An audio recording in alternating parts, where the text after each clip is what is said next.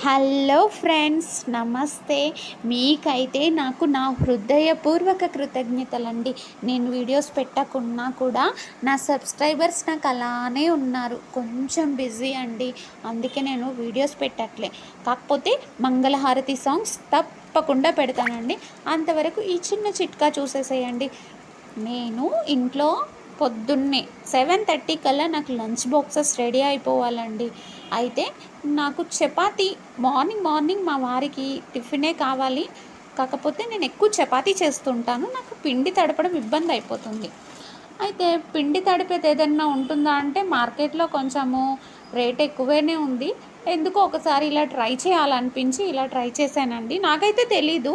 తర్వాత నేను సెర్చ్ చేస్తే నాకు యూట్యూబ్లో కూడా తెలిసింది.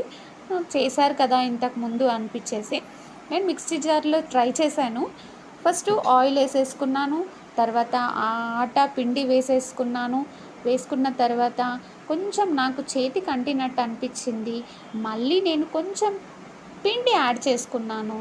తర్వాత కొంచెం ఆయిల్ యాడ్ చేసుకున్నాను.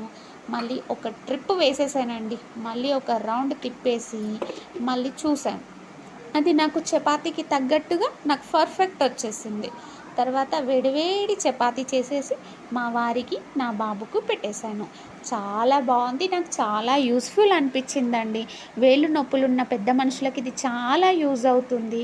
ఒక్కసారి ట్రై చేయండి, నాకు కామెంట్ చేయండి. Thank you.